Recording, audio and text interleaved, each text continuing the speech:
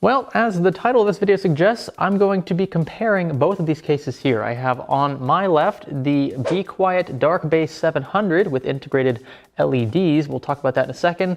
And also the Lian Li Alpha 330X. This also comes in a white version. As far as I'm aware, the 700 does not yet, although there might be one coming soon, maybe a special edition. I'll talk to the folks over at BeQuiet about that. But for now, I have the two black cases. Now, this one is not as long as the BeQuiet cases, but they're very similar elsewhere. Dimension-wise, they're about as wide as each other, and they're also almost identical when it comes to the height aspect as well.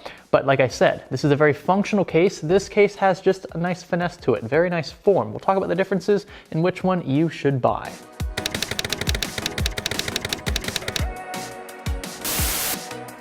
So what we'll do first is tackle the Alpha 330X from Lian Li. This case is a very form-based case in the sense that it's supposed to look really good. And you can get that vibe just from looking at the outside of the case. Tempered glass on the left side, the front panel, and on the right side if you're into seeing your cable management at the rear. So pay special attention to that, because if you do have that exposed to any amount of space in your room, you'll be able to see everything back there. Starting with raw hardware support up to a 360mm radiator fan combo up front, thanks to the cutout in the basement.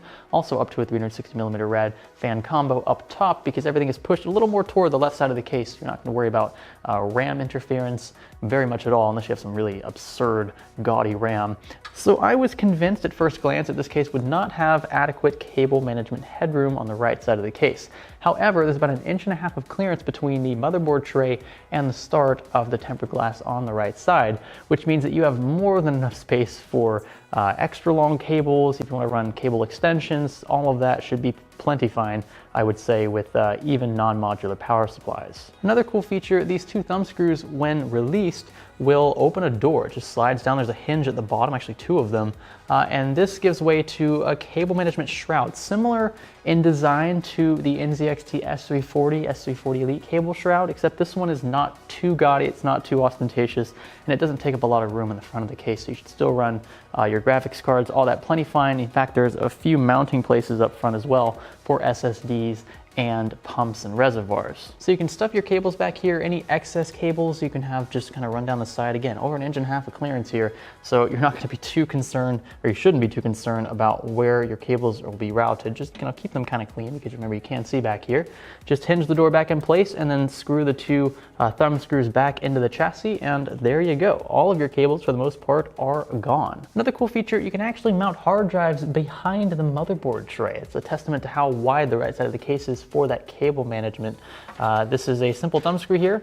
Just unscrew it, slide it up a little bit. There you go. There's your hard drive tray released. Secure the hard drive from the bottom, and then slide the drive bay back into position. Apart from that, there are two additional hard drive tray mounts down below in the basement. There's also an adequate space for your power supply. Not the biggest power supplies would fit back here, unless you want to remove that hard drive bay. Again, it shouldn't matter too much though, because you do have these hard drive trays behind the motherboard shroud. So I don't think it's gonna be a concern, whether or not you can use this, because you do have two here.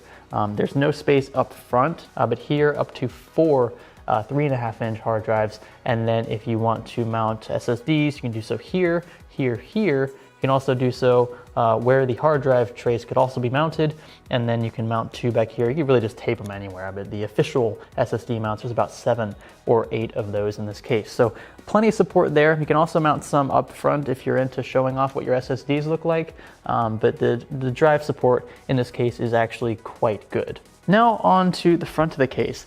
This is where things get a bit dicey. I start questioning some of the design choices here, because for one, they literally have a pump reservoir mount integrated into the basement, which tells me at first glance that this is a case designed solely for custom loop builders, or maybe they just wanted to have it extra, in case you want to build a custom loop in here. It's certainly custom loop friendly though.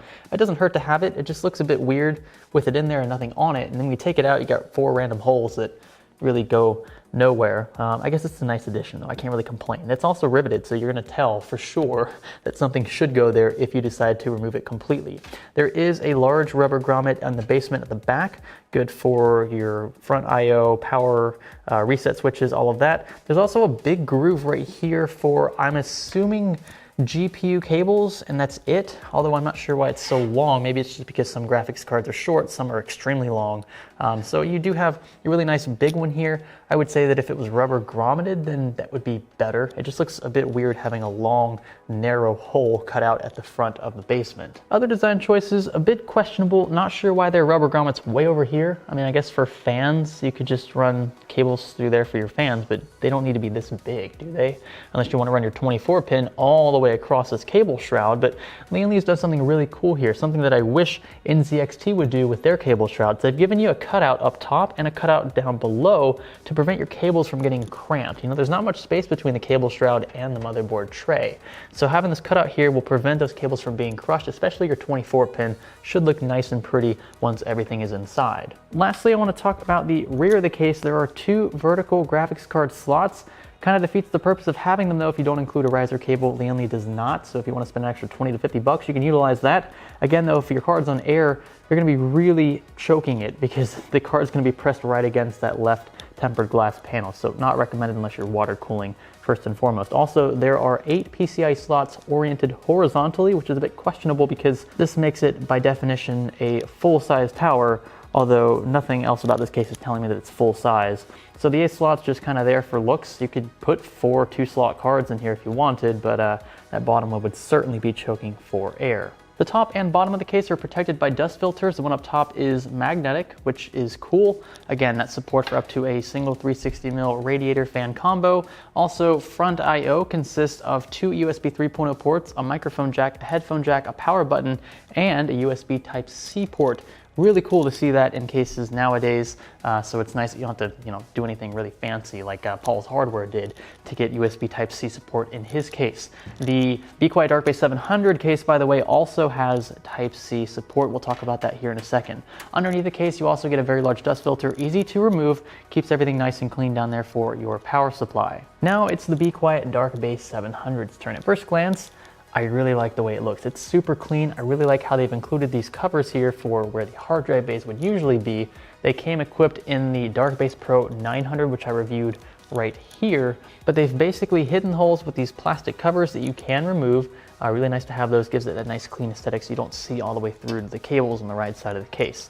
Now the basement, also completely modular. If you don't want the basement at all, just remove the thing, not an issue. And by the way, if you want to invert the case and flip everything around to where the tempered glass panel is on this side, on the back side, then you can just kind of flip everything around and still have a fully functioning basement. And yes, the text is still right side up. You also have 3 large rubber grommets here where you'll expect to run your 24 pin, your SATA, USB 3.0, all that good jazz. So really nice to have 3 of those spanning the entire length of where the motherboard should be.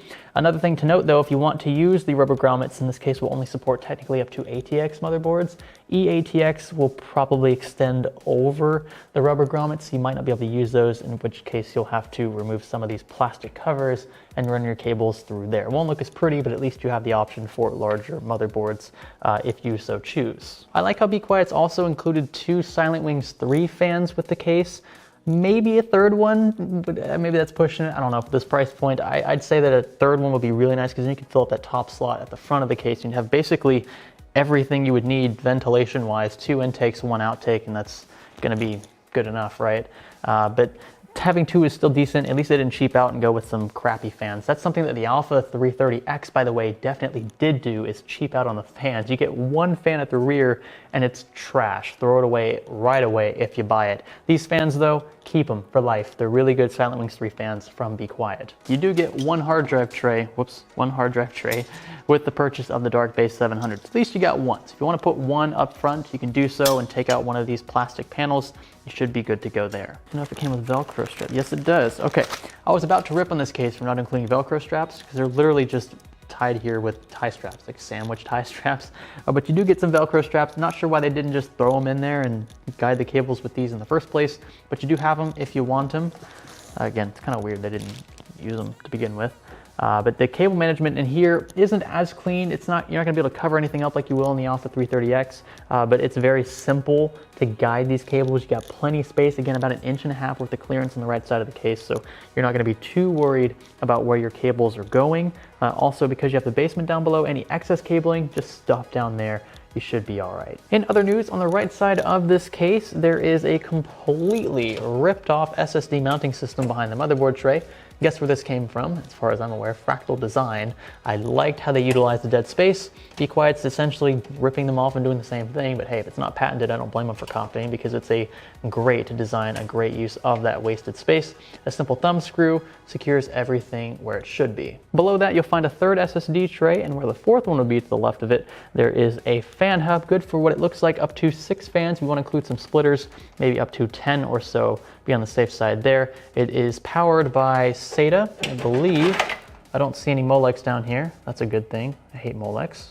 Those who have been here for a while know why. So SATA power, that's a great thing. And all of this extra space up here is pretty much good for hard drives. There's 2 extra hard drive mounting points below in that bay, and it does look like it is removable, so you'll have extra space if you have a really long power supply and just want to stow extra cables down there. Now, the front of this case had me for a bit. By the way, this is a fingerprint magnet. Anywhere you touch, you're going to basically leave fingerprints or some kind of smear. It's just the nature of the case. I was trying for the longest time to figure out how to take off this front panel. I wasn't sure how. I actually messaged Chris from BeQuiet on Twitter to inquire about how to get it off, because I thought I had to take the entire front panel off all the way down to the legs, because that's what it shows in the manual. But in fact, it's just a simple, yeah, there we go.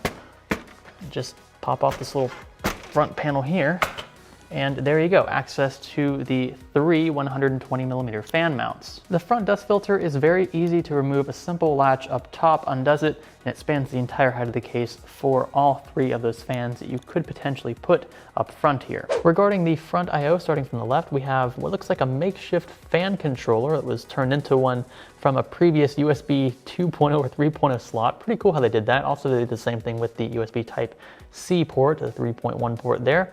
There's a microphone jack, a headphone jack, a large power button, very satisfying. Click there. A hard drive LED notification icon. There's also a RGB switcher here. Just click it to cycle through the different colors at the front of the case. And there are 2 USB 3.0 hubs on the far right side. As for the rear of the case, very similar design to the Alpha 330X's. I feel like they could have maybe shaved a few extra centimeters off the back, but they wanted space for a longer power supply. You can tell that they did that because the mounting points are way further back than the rear I/O panel is. Also, the vertical graphics card mounting system sticks out a bit more too, so they wanted it to be pretty flush, and that's why it is a bit longer than the Alpha as well. Now let's talk price. I already mentioned that the Alpha 330X is priced at about $120 to $130 US. Good price for a Lian Li case, because most of these in the past have been around $300 to $400 thanks to all the tempered glass. But because that's now more or less a standard, it's hard for them to differentiate their build quality with other competitors that were on the cheaper side previously. And to keep this price under about $150, they also threw in a really cheap fan and no RGB connectivity. The Dark Base 700 though comes in a bit higher. It comes in about $180. It does have integrated RGB LEDs though. It also has a sound damping foam on 3 of its panels. It also comes with 2 Silent Wings 3 fans, which we could say are about $20 a piece. Also comes with an integrated fan hub, which is probably another $10. Now, whether or not you should include those already in the cost of the case is beside the point.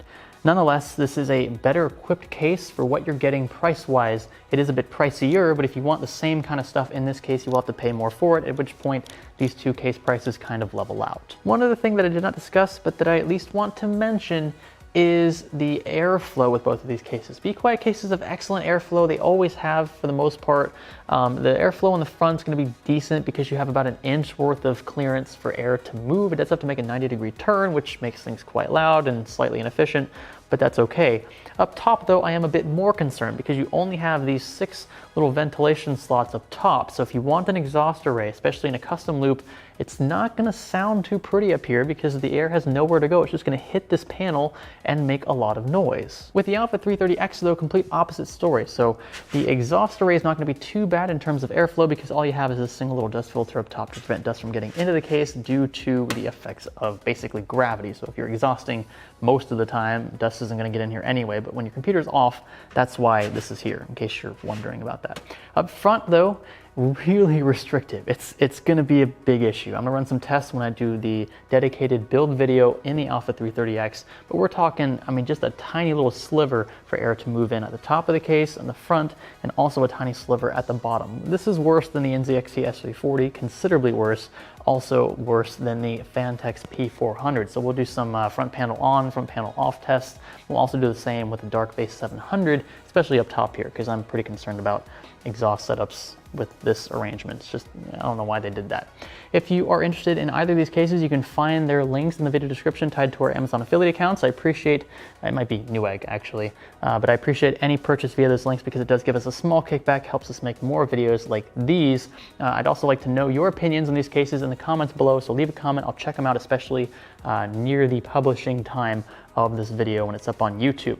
If you like this video, be sure to give it a thumbs up, thumbs down for the opposite. Be sure to click the subscribe button for more content like this. Stay tuned for more content like this. I always nail these outros. This is Science Studio. Thanks for learning with us.